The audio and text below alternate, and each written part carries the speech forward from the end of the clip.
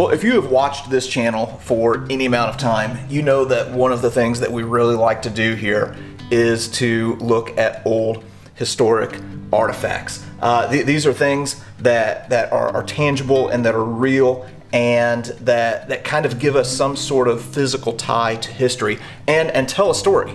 Now, sometimes those items may not have the history that we are most comfortable with, but that doesn't mean that they are not important in some way. We don't celebrate it, but we do learn from it. We're here at the Gettysburg Museum of History, and you are not going to believe some of the items that we're going to be looking at.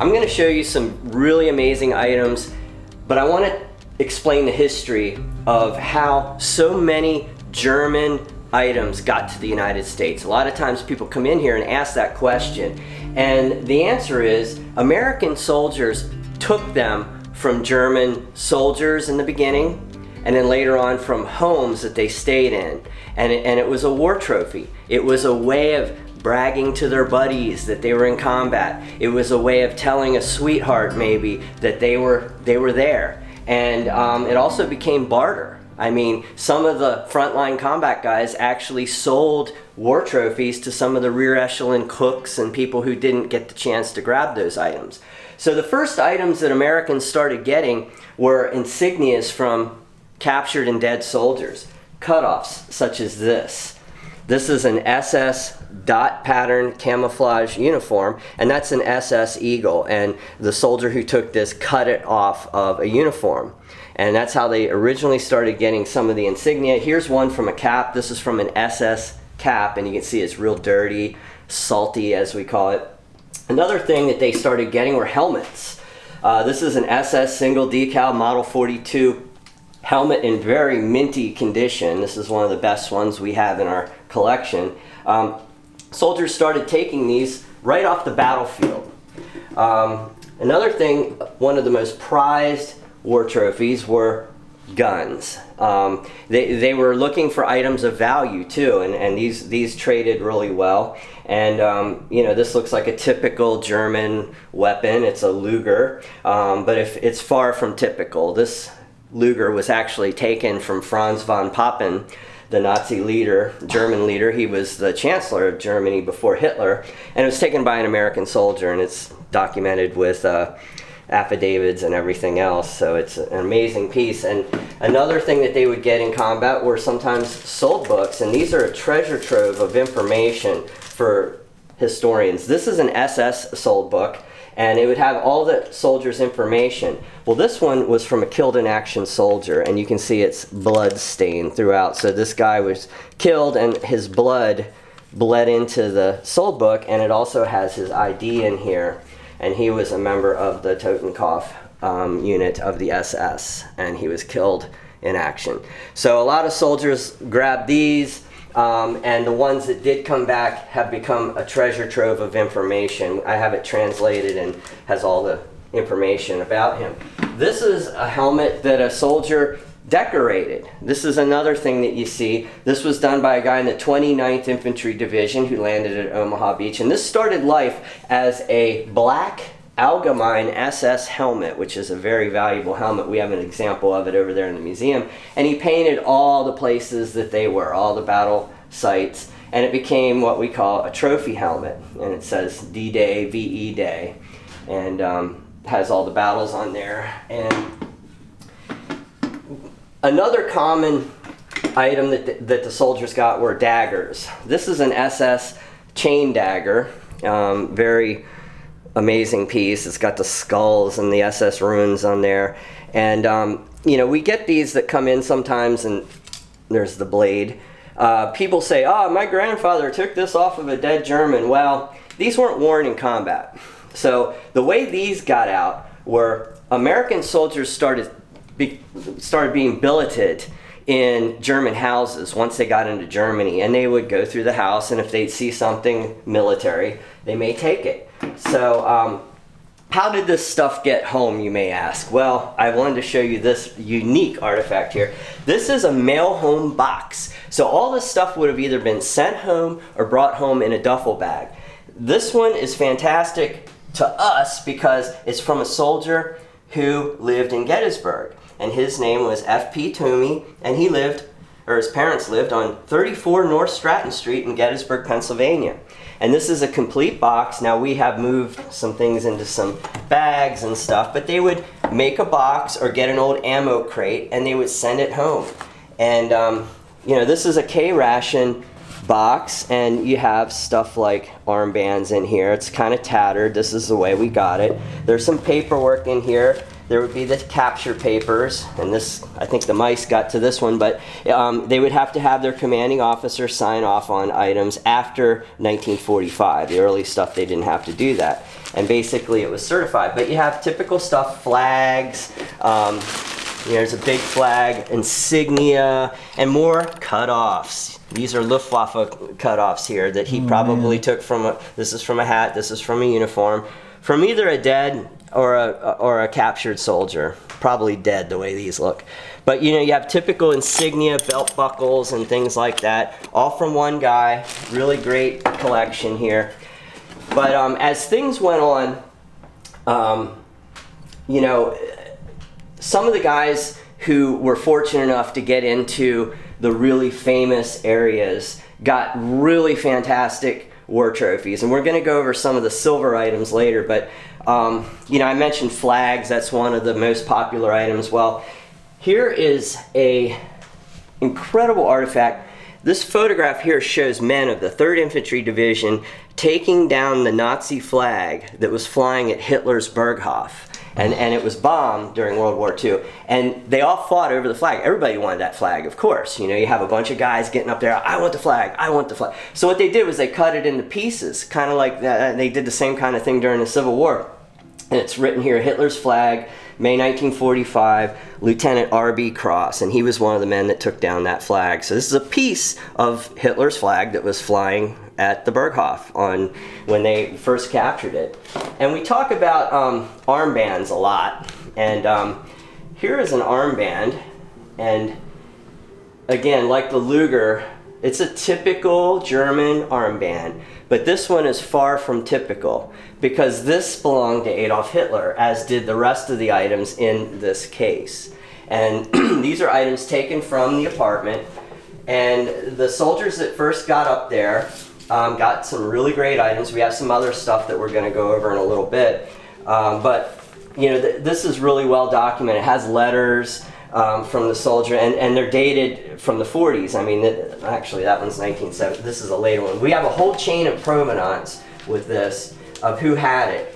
And because, you know, without these letters, it's just an armband. But, you know, you have these letters from the soldiers. And these guys were in the 45th Division. They were the first among the first American units that got into Munich. And Hitler's apartment was in Munich. His other house was in the Berghof that was in Berchtesgaden. And, you know, and as these things dried up, you know, first they got the cool items, the guns, the silver, whatever. But then they started taking other items. You know, this is a piece of marble that was taken by a soldier from the Berghof. You know, once everything was gone, they still wanted a piece of Hitler's house or a piece of Hitler, so they broke pieces of marble and other things. This is a sconce from Martin Bormann's house. You know, all the famous Nazis had houses up there at the Obersalzberg near Hitler's house, and it says here, Obersalzberg 1937, and this was taken by a soldier out of Martin Bormann's home.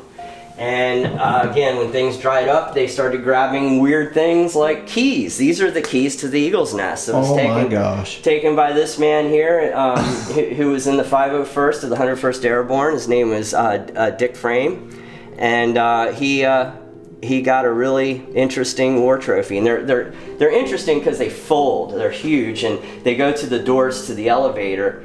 And in 2018, I did a tour with an Easy Company vet, and I took these with me, and we got a great photo op of him twisting the keys there in the lock. gosh. That is incredible.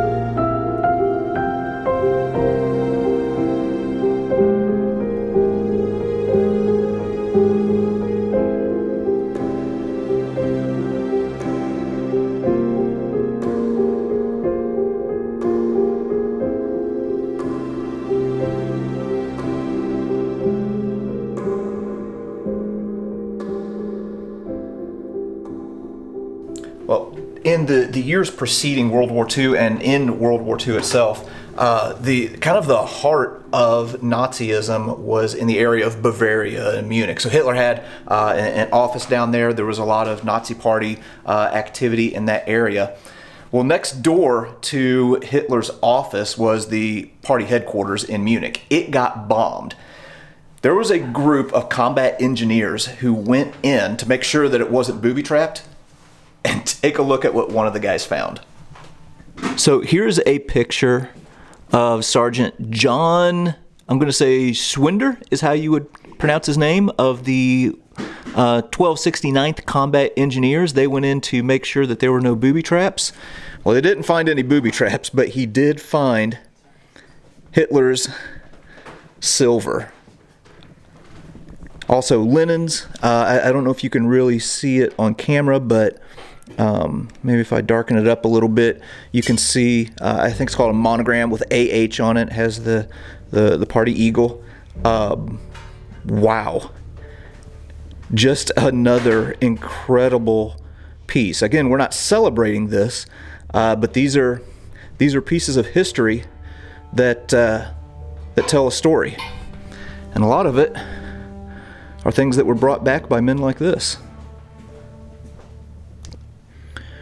All right, well, if you look at these pictures here, these are some familiar images from the Third Reich era. These huge Nazi Party rallies that they would have, and you'd have these German soldiers that were carrying these standards.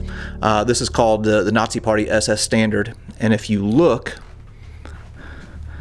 they actually have a complete one here in this museum. Now, a lot of soldiers brought home the flags themselves, but there are only a few, just a handful of the complete sets in existence. So you can see it in the pictures, and you can see it on the films, and then you can come here and you can see one in real life. Definitely a representation of a terrible ideology and a very dark period in our history. And yet another item. This is a button-up shirt that belonged to Adolf Hitler. And again, you can see his initials stitched in right there. This was left by Hitler for cleaning at a hotel where he was staying, and he never picked it up. And the people at the hotel just kept it and then handed it down, and then it ended up here. And oh my gosh, here's a clock that was stopped whenever the atomic bomb was detonated in Hiroshima. Unbelievable.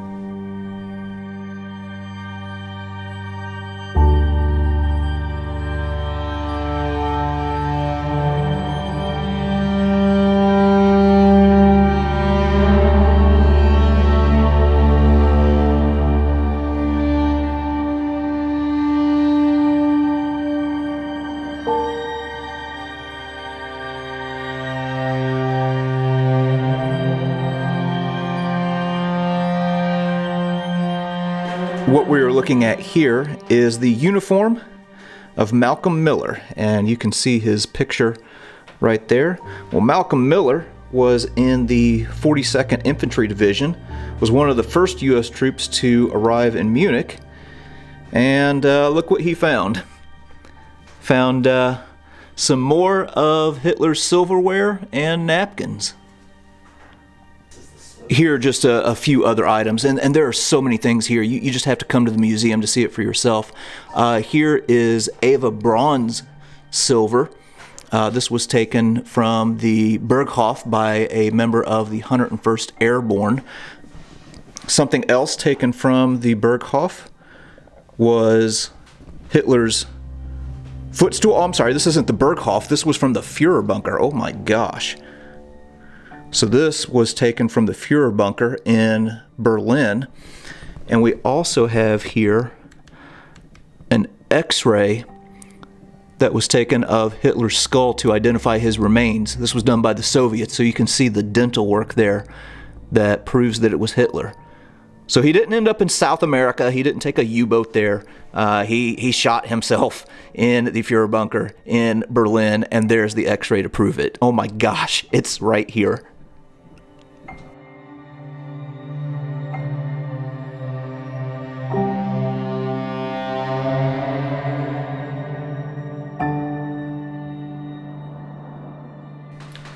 Well, soldiers who were lucky enough to get Hitler's silver were indeed some of the luckiest soldiers around, because Hitler's silver seems to be the most coveted of all war trophies. And a lot of soldiers got the flatware, the smaller pieces, because they were easy to carry.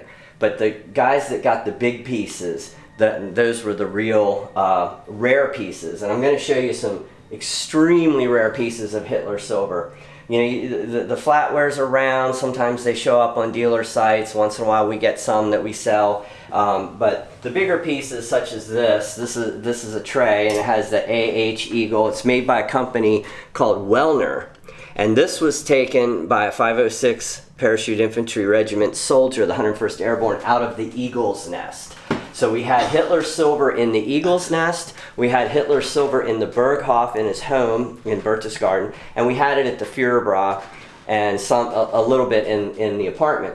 This is one of the rarest pieces. This is the wine cooler. And it has the AH roll stamped eagle with his initials AH. And we also have a double wine cooler, which I did not get out of our archive, which is even more rare. This is the gravy boat. We have one in the other case there, but there's a good close-up of it. And it's really heavy. I mean, it's just a really well-made piece of silver made by Wellner again.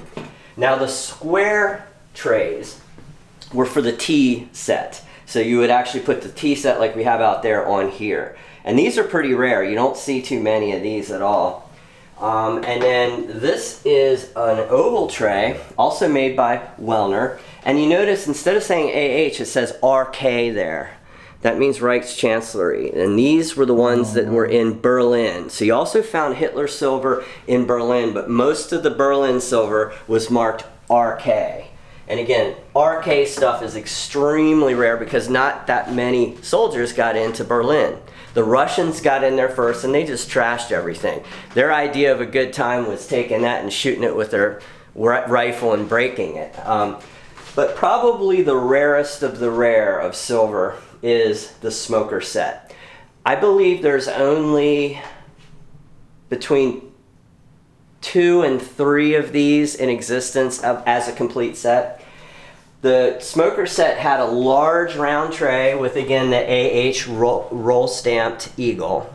It consisted of a cigar box that's made out of hand hammered silver. It's completely silver the whole way around. The authentic ones are like that. And it has a wooden inside. Exquisitely made, all hand hammered. Then they would have a cigarette box, also hand hammered, also completely silver the whole way around, no open bottom, like the forgeries. And then it had a matchbox, and again, hand hammered silver, still has the original matchbox. And then what is this curious piece here? This is a candle holder, and they would have a candle in here, and the waiters would bring this out. Now, Hitler did not smoke. He didn't like smoking, but he did allow smoking on the terrace of the Berghof. And if you see some of those famous films that Eva Braun shot with her home movie camera, you'll see the waiters out there and people out there smoking. And the waiters would bring these out and you could get a cigar, a cigarette, and you would have a candle and you would light your cigar with this device here. Now, I'm going to also talk about Hitler's apartment. I mean the bunker. Now you had already shown the footstool we have from down there, which, you know, there's photos of it down there. But probably the most interesting item that came out of the bunker is this piece of couch. And there's pictures here. There's a famous photo taken of American soldiers that got down there. And this is the pattern on the couch. And what you see is a blood stain here. Well, one of the men who came down there with these guys was a Eisenhower staff member.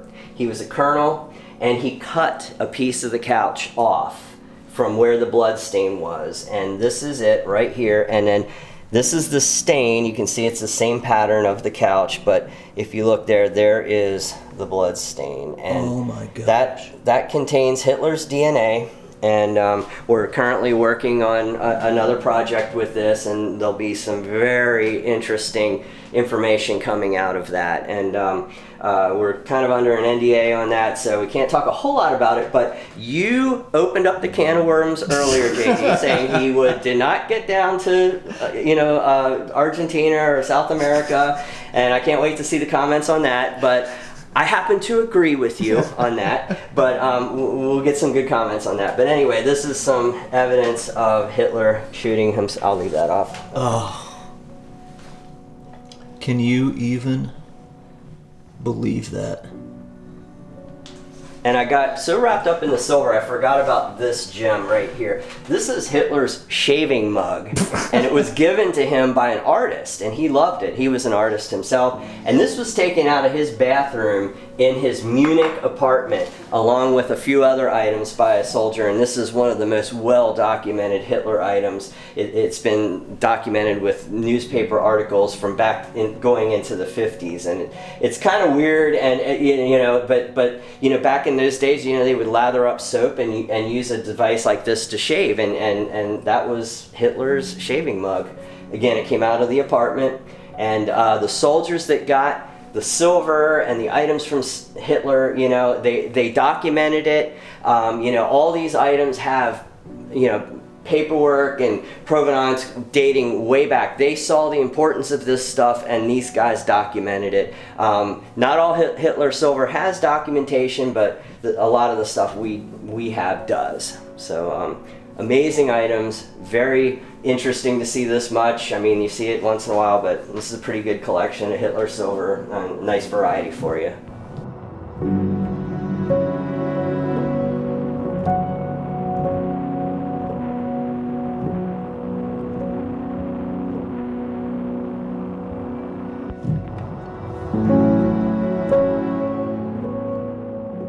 All right, well, I don't know where else you are going to go and be able to see a collection quite like that. Now, again, I want to reemphasize, we are not celebrating this ideology. We're not glorifying Nazism in any way, but we are using the items to learn. These are physical markers that tell us about just what human beings can be capable of and the evil that can be perpetrated. They also tell the story of the American soldiers who fought and overtook these places and brought these items home as mementos and as reminders.